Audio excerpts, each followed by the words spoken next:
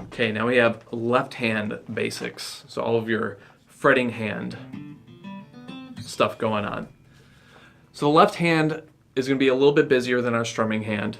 So it's a little more involved, but I'll boil it down to a couple bullet points. For the left hand, make sure you're thinking shoulder first, actually, and just make sure that your shoulder is relaxed. You want to be super tense and, shrugging. That'll definitely come out when you're playing. So just make sure your shoulders are dropped nice and low and relaxed. Next thing is your elbow placement. Couple things you don't want to do. You don't want your elbow up too high. You don't want to tuck it in. You're not giving anyone a headlock. And you never, ever, ever want to lean your elbow on your lap.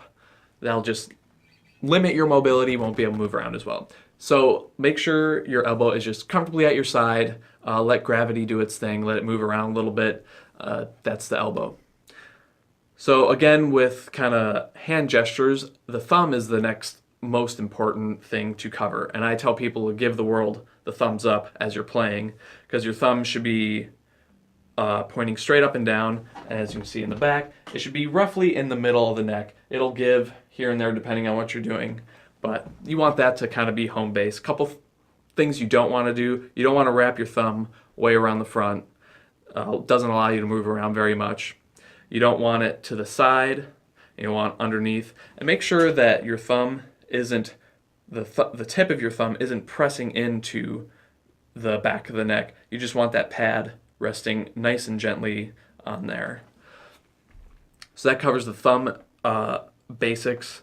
The next thing, also from this angle, you want this kind of U shape here from your hand, and you want a little bit of daylight or some space between the palm of your hand and the bottom of the neck. So you don't want all this meat in your hand like sucked up into the bottom of the neck. Make sure your hand drops down a little bit so you've got, again, some room to move around. The next point would be making sure your fingers are nice and curled. You don't want them flat. Try and get a nice curl to it, kind of like that.